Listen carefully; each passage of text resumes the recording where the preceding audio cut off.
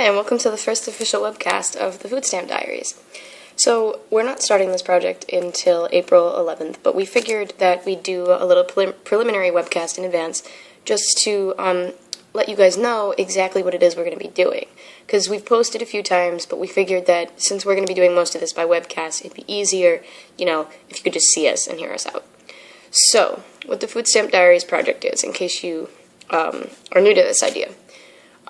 It's going to be made by three of us. It's going to be, actually four of us. It's going to be myself, I'm Samantha Amore, my friend Alyssa Barclay DeTolli, my friend Alicia DeFonte, and our newest member, who we're really excited to have on board, our friend Kyla Johnson.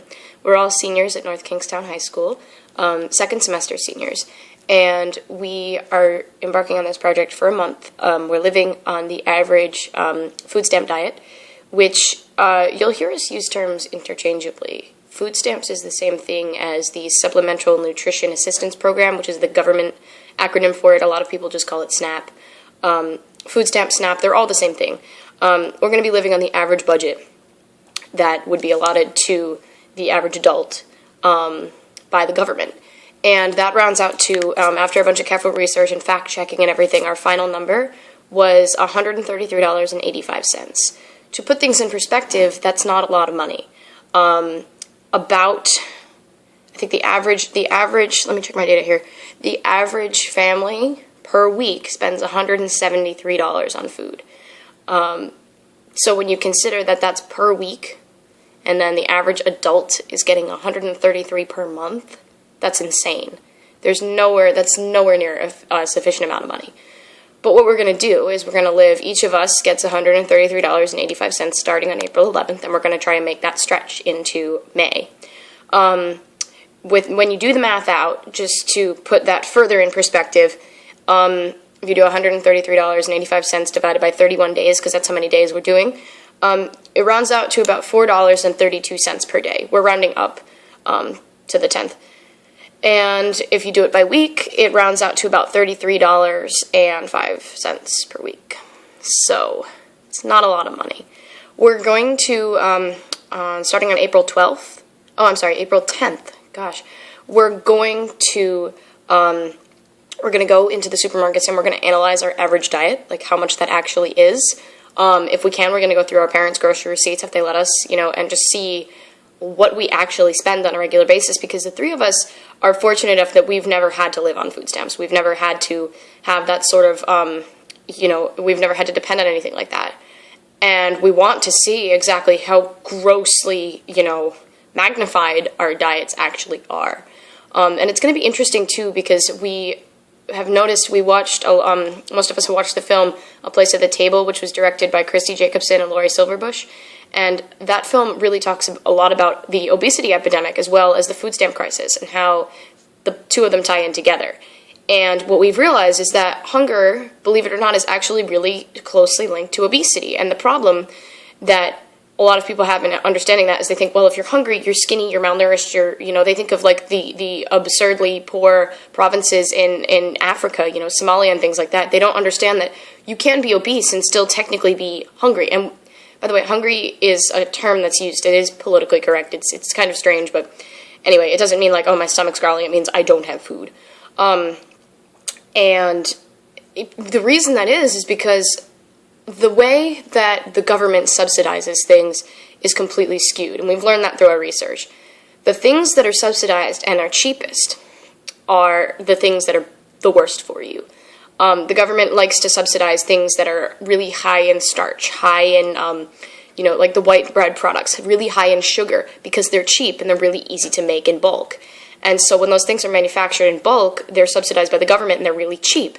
And when they're really cheap, when you're on food stamps, you can't afford to buy everything organic, even if you'd like to.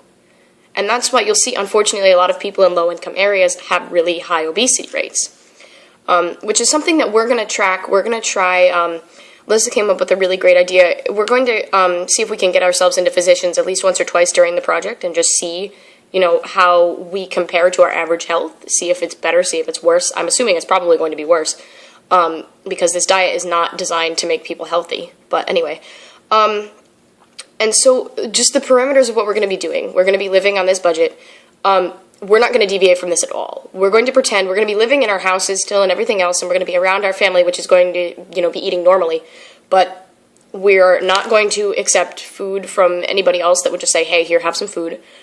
Except for extraneous circumstances. We understand that maybe if we were actually out in, like, an urban area or rural area living on food stamps, occasionally, once in a while, you get the act of charity. But, if our boyfriends offer to make us a pie, no, that's not happening.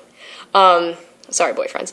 We're going to stay within the limits of this during school, and it's going to be tough because we're nearing the end of the year, and as seniors, we've got senior banquets coming up, we've got proms, things like that, and we're going to try and stay as close to our budget as we possibly can.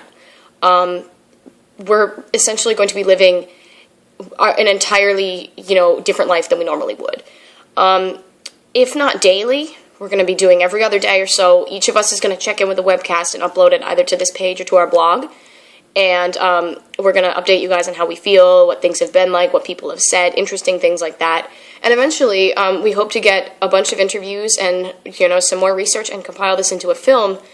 And we're going to do that hopefully over the summer. So if any of you guys would like to participate, or if you've got any questions on how this is going to work, please comment below.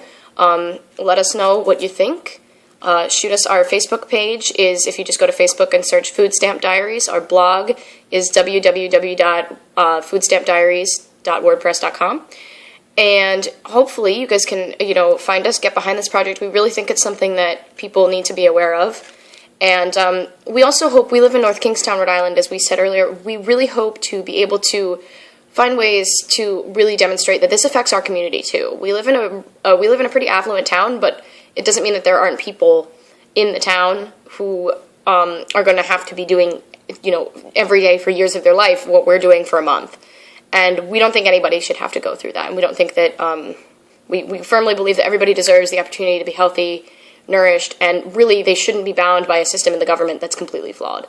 So we hope that you enjoy this project and that maybe it opens your eyes up to something new that you hadn't thought of before. So thank you so much for watching, and we will see you officially on April 11th. Thank you.